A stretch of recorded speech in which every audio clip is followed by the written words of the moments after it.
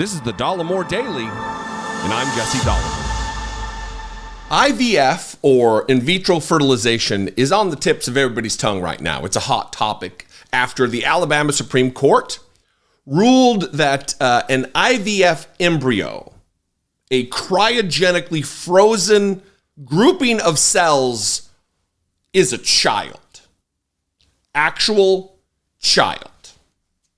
And they cited a bunch of nonsense, law from the 1870s, writings from the 17th century, the 1600s, and we'll get to all of that. But right now, conservatives like Michael Knowles from the Daily Wire, this little bigot who wants to eradicate transgenderism, just a hater and a fascist,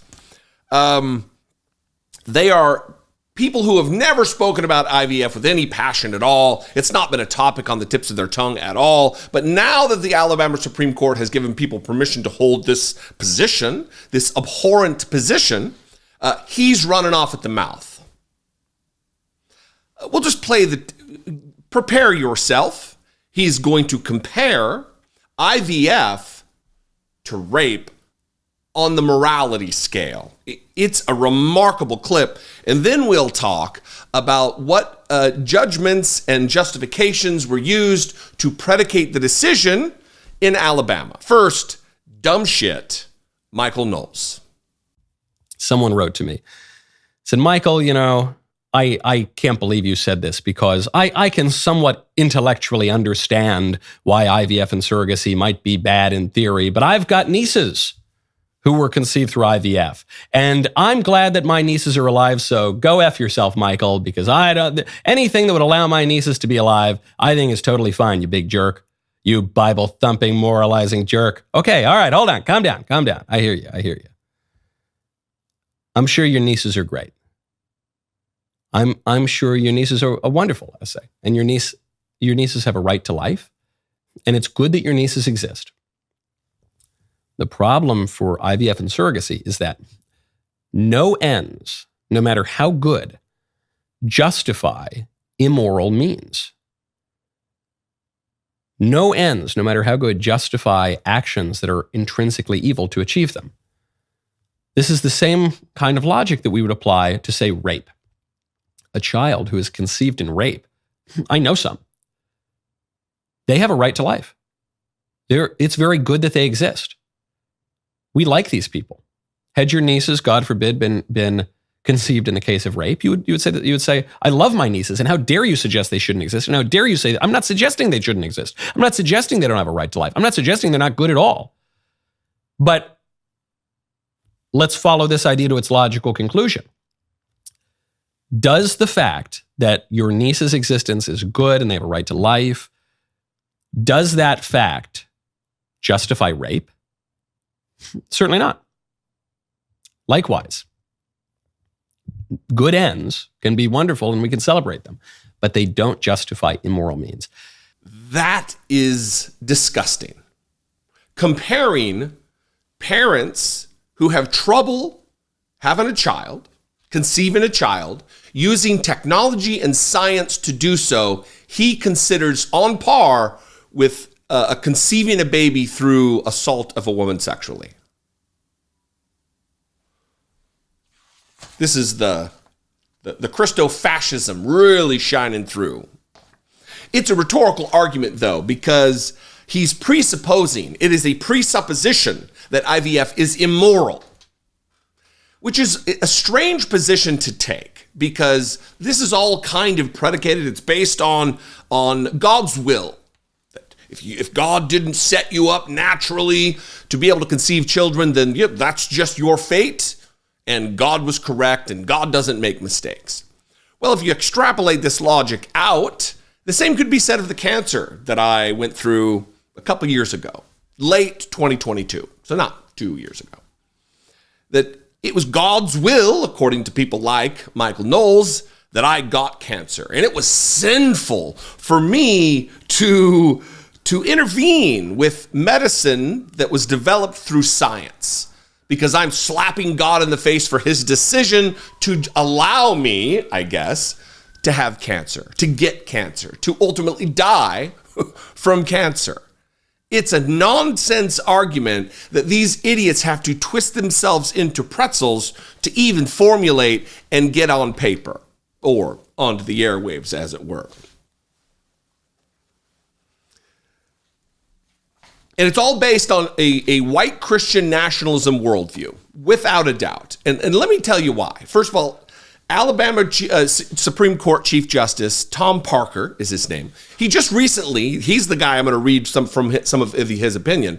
He's the guy who just sat down with Johnny Enlow, who's a QAnon self-styled, self-described prophet of God. I've talked about him in the past.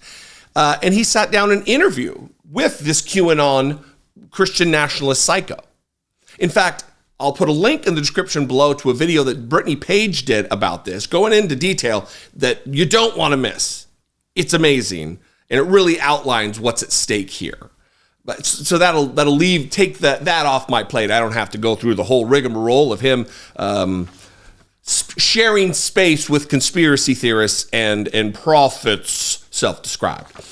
But let's talk about what is in the ruling, this IVF ruling. Here's an article from the Washington Post. I will link below as well. I'm only going to read it like 3 paragraphs specifically related to his language in this ruling, violating the Constitution, the Establishment Clause, that no Congress shall make no law establishing respecting an establishment of religion. And here we have the Chief Justice of the Alabama Supreme Court using his particular flavor, his particular interpretation of the Bible to set what is lawful in the state of Alabama. Here's the headline from the Washington Post.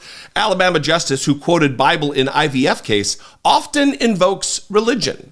And here are the words that he wrote in his concurring opinion justifying this particular ruling. Parker repeatedly invoked scripture in his ruling, arguing that Alabama law is based on theology that says God created every person, quote, in his image. He and the other justices in the 8-1 majority said that life begins at conception and that therefore frozen embryos are protected under the law. Quote, human life cannot be wrongfully destroyed without incurring the wrath of a holy God, Parker wrote in his concurring opinion that appeared from the Alabama Supreme Court. Is this something they can prove? Also, the Alabama Supreme Court, pretty fond of the death penalty, which is the destruction of human life that apparently incurs the wrath of God that they're not worried about. He added that the state code recognizes, quote, unborn human life and that destroying it, including frozen embryos, is an affront to God. Quote, all human beings bear the image of God, and their lives cannot be destroyed without effacing his glory, he wrote. He also referred to the writings of a 17th century theologian as evidence that people were created in God's image. Quote, the principle itself that human life is fundamentally distinct from other forms of life and cannot be taken intentionally without justification has deep roots that reach back to the creation of man in the image of God, he wrote, citing the book of Genesis. This will come to as much of a shock to Jewish people in the state of Alabama, Muslims in the state of Alabama, atheists or agnostics, people who don't practice a faith in the state of Alabama. You've got hundreds and hundreds of religions that don't involve adherence to Christian doctrine that the state of Alabama now wants to impose upon everyone. The same thing that Michael Knowles from the Daily Wire wants to do. He wants to impose his particular flavor of Catholicism, which is just one of thousands of particular flavors of Christianity. He wants that one to be the one that rules everyone. He wants parents who are desperate to conceive a child and start and raise a family to adhere to his particular warped view of Scripture. And Republicans, while now acting like, oh no, we want to protect IVF, while having signed on to bills that would have diminished its role in American society, this is where we are. These are the choices we have in November. You want Republicans who want this, or you want Democrats who want freedom to proliferate, people to have choices. That's what this is all about. Choices. And choices equal freedom and liberty. What do you think? I tried to be very metered and decent. I only called him a couple of names. What do you think? I'd love to know. You can call, leave me a brief voicemail, 714-576-4054. Of course, you can email me as always, daily@dollemore.com. You can also just mix it up in the comments. That would be great. Tell me in the comments right now what you think of Michael Knowles. I'm looking forward to reading those. If you appreciate what I do and you want to help support my work, click the join button below. Become a channel member for $2 a month. You can go over to patreon.com/IDoubtItPodcast, $2 a month. You can hit the super thanks button, but make sure that you're subscribed. I found a channel yesterday that I thought I was subscribed to. It's Arthur Isaac is his name. He's a futurist. And I watch his content all the time and didn't realize I was not subscribed. So I am not just preaching to you about it. It's a lesson for myself. Make sure you're subscribed and subscribe. Follow me on social media. I'm at Dollemore everywhere, and I would love to see you there. And I will see you next time. Until then, be genuine. Take care of one another.